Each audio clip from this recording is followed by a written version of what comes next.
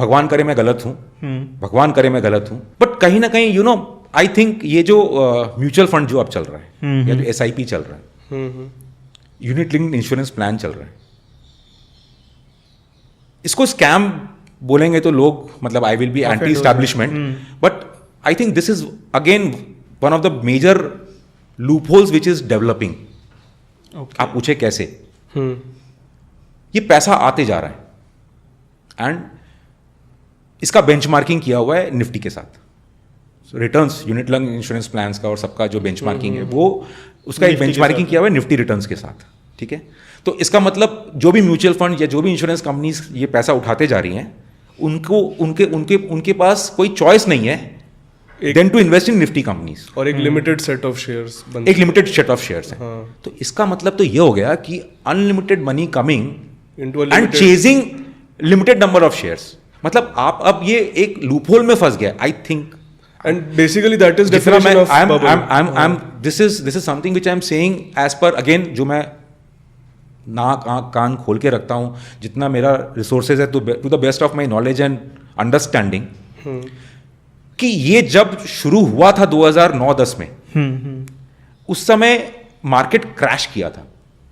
And ये इसका जन्म कब हुआ था आप देखो, हर चीज के पीछे, जैसे मैं आपको बता रहा हूँ कि इसके पीछे की मैंने आपको हर चीज के पीछे की कहानी बताई है. अब ये जो यूनिट लिंक्ड इंश्योरेंस प्लान्स और ये सब चालू हुआ, इसके पीछे की कहानी क्या है? इसके पीछे की कहानी है 2008 का क्रैश. 2008 का क्रैश जब हुआ था उसके पहले 2007 एक ऐसा यूफोरिया था. I still remember my nana ji saying to me, I was again you know office में बैठा था एंड मेरे को कहीं ना कहीं जेपी एसोसिएट्स में रेड फ्लैग दिख रहा था. नाम लेके बोलता हूँ, कुछ रेड फ्लैग दिख रहा था कि फंड रेजिंग और ये और वो और शो शाह एंड बड़ा अजीब सा उसका. तो my nana ji used to hold good chunk of JP Associates, मतलब very good chunk of JP Associates. I told him nana ji बेच दीजिए.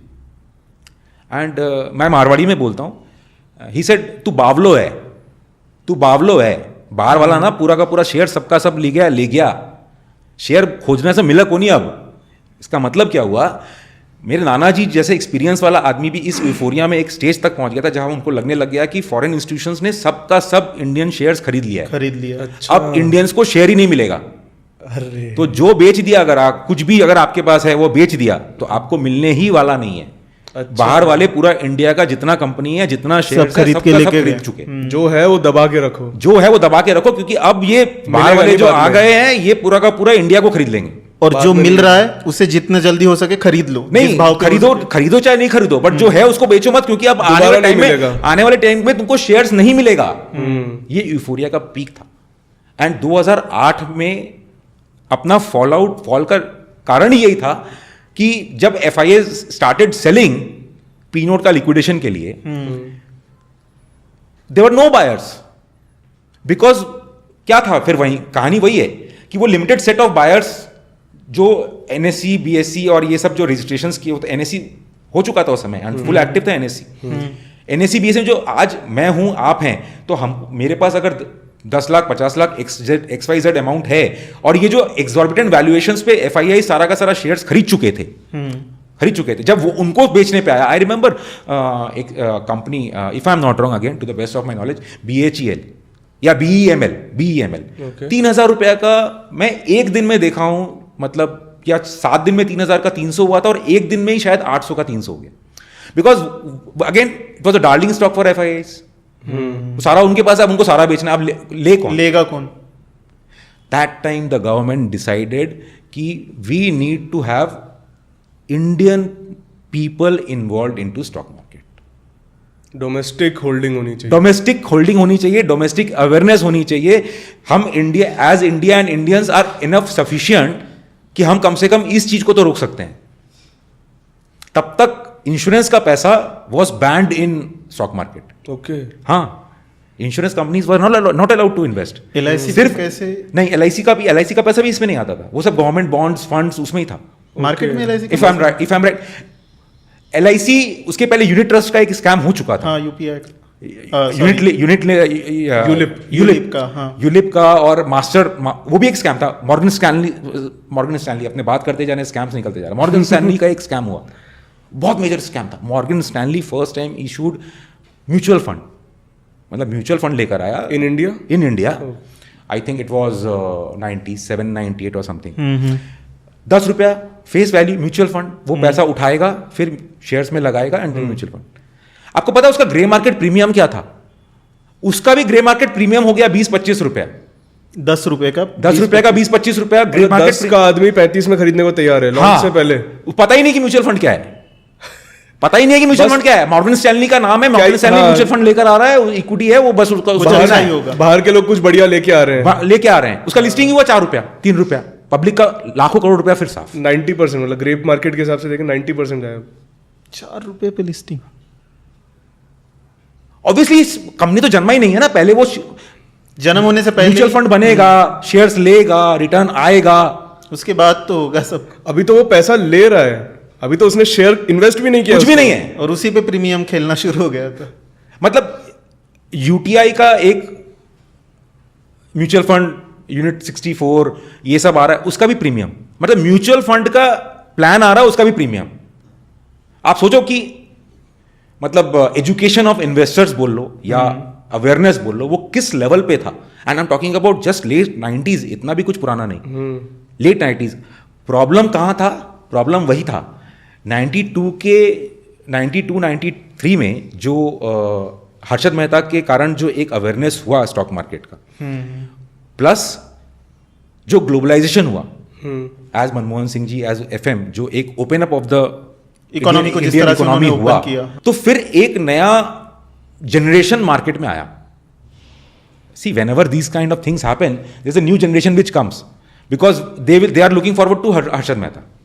हर्षद मेहता का फ्लैम्बॉयंसी लाइव देख रहा है, रॉल्स रॉयस देख रहा है, मोटिवेटेड है कि ये देखो ये कहां से आया, ये 15 रॉल्स रॉयस खड़ा करके अपना फोटो खिंचवा रहा है एंड बिजनेस मैगजीन्स के फ्रंट पेज पे आ रहा है। So how do people make benchmark, किसको आइडल मान लेते हैं, फिर वो आते हैं नए। तो इनको एजुकेशन कुछ नहीं था, ये एक रैट रेस में लग गए। अगेन वही डर मेरे को आ जाए कि ये फिर लॉकडाउन में 3-4 साल में लोग आए हैं, लोगों को सब हरियाली दिख रही है, बट उनका एजुकेशन क्या है, मतलब how much they are market को लेकर समझ क्या है, सडनली कुछ ऐसा हो अगर, तो वो कहां खड़े होंगे। Coming back to the topic where we started, unit linked insurance plans and this SIPs of the world. ये पैसा आते जा रहा है, हम एक चीज को चेज किए जा रहे हैं। आज 3-4 साल से we are seeing that Nifty has not seen any sizeable correction. The reason is very simple, probably this is the reason because पैसा तो कंटिन्यूसली आते जा रहा है, और एवरी मंथ SIP में अगर आ रहा है तो वो पैसा कंटिन्यूसली वही सेम पॉकेट में लगते जा रहा है। तो valuations are, everyone is probably in India and across the world is saying that valuation now are getting stretched. Price equity is getting stretched. Whether we are already in a bubble phase, time will say. Because जब bubble create हो रहा होता है तब समझ में तो किसी को समझ में नहीं आता है कि ये बबल है। बबल प्रिक जब होता है तो लोगों को रियलाइज होता है कि अरे यार ये तो बबल पता ही था कि 300 की PE पे है, ये तो पता ही था कि 200 के PE पे है, मार्केट तो ओवर स्ट्रेस था ही। वहां पे कॉमन सेंस काम करने उस समय common sense, but as I said तब तक तो बहुत लेट हो चुका होगा। मेरा जो एक पर्सनल एक्सपीरियंस है कि जब बबल क्रिएट होता है तो चीज़ जब 100 से 200 जाती है तो सबको लगता है बबल है, पर जब वो 200 से 1000 जाती है तो लोग लॉजिक छोड़ देते हैं। पैसा बन रहा है, दिमाग मत लगाओ, पैसा बन रहा है। ज्ञान साहब ने 100 साल पहले लिखा है ये बात, buying stocks at higher price. क्या होता है, ये मार्केट साइकोलॉजी है। जब 100 से 200 से जाता है आपको लगता है कि नहीं ये तो ओवर प्राइस हो गया, 200 से 400 जाता है ना तो आपको लगता है कि 200 पे छूट गया, 400 का जब 300 आता है ना आपको सस्ता लगता है, आप खरीद लेते हो। हाँ। उस समय आप ये लॉजिक भूल जाते हो कि यही चीज आपको 200 में महंगा लग रहा था, और ये चीज प्रोसेस 200 से 400 का नहीं है, 200 से 1000 तक का है। वो उसको 200 में महंगा लग रहा था, वो 1000 रुपया जाने के बाद जिस दिन 800 आएगा उसको सस्ता लगेगा कि अरे यार 20% करेक्शन आ गया, नाउ दिस इज गुड, इसका फ्यूचर बहुत अच्छा है। Human psychology. So coming back again, we are debating from the topic. ये सारा म्यूचुअल फंड्स का पैसा, SIPs का पैसा, ये कंसंट्रेशन पैसा, सी अल्टीमेटली अपने जितना भी आज तक का स्टोरी बात की है उसमें अल्टीमेटली विक्टिम कौन है? Retail, public. ठीक है, पंप एंड डंप की अपने बात की है, अपने .com का बात की है, अपने आईपीओ का बात किए, अपने जीडीआर्स का बात किए, जहाँ पब्लिक शेयर होल्ड कर रही है, उनको ये समझ में नहीं आ रहा है कि प्राइस घट क्यों है। उनको ये समझ में नहीं आ रहा है कि नया पेपर छप चुका है एंड इक्विटी जो था वो ब्लोटेड हो चुका है। 1 रुपये का पेड अप कैपिटल जो कंपनी का था वो अभी 25 रुपये हो गया, 10 रुपये हो गया, 15 रुपये हो गया, उनके नॉलेज में ही नहीं है। उनको लग रहा है ठीक है, ठीक हो जाएगा, ठीक हो जाएगा। ठीक है, आज के दिन में again from my way of looking into it, ये जितना एसआईपीज का पैसा है, म्यूचुअल फंड्स का पैसा है, किसका है?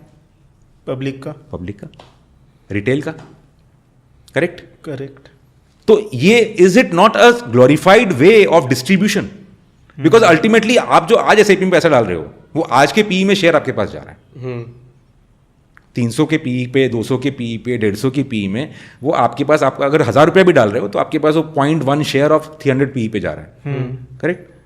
तो अल्टीमेटली तो वो रिटेल खरीद रहा है ना, बिल्कुल रिटेल खरीद रहा है। ये साइकिल कब तक चल रहा है, कब तक चलेगा? बोला ना, भगवान करे मैं रॉन्ग हूं, बट इसका कहीं ये बबल कितना ये बड़ा? विशेष सर्कल है। बिकॉज अब ये विशेष सर्कल बन गया। 2008 में जो अपने बात कर रहे थे कि जब शुरू हुआ था, गवर्नमेंट का ऑब्जेक्टिव था कि domestic money should come into equity market. But उस समय क्या वो सोचे थे कि 25 साल, मतलब 2008-15 साल बाद जाकर मार्केट में अब ये विशेष सर्कल बन जाएगा? अभी विशेष सर्कल बन गया, नया पैसा आते जा रहा है, उसी में लगता जा रहा है, वो बढ़ता जा रहा है।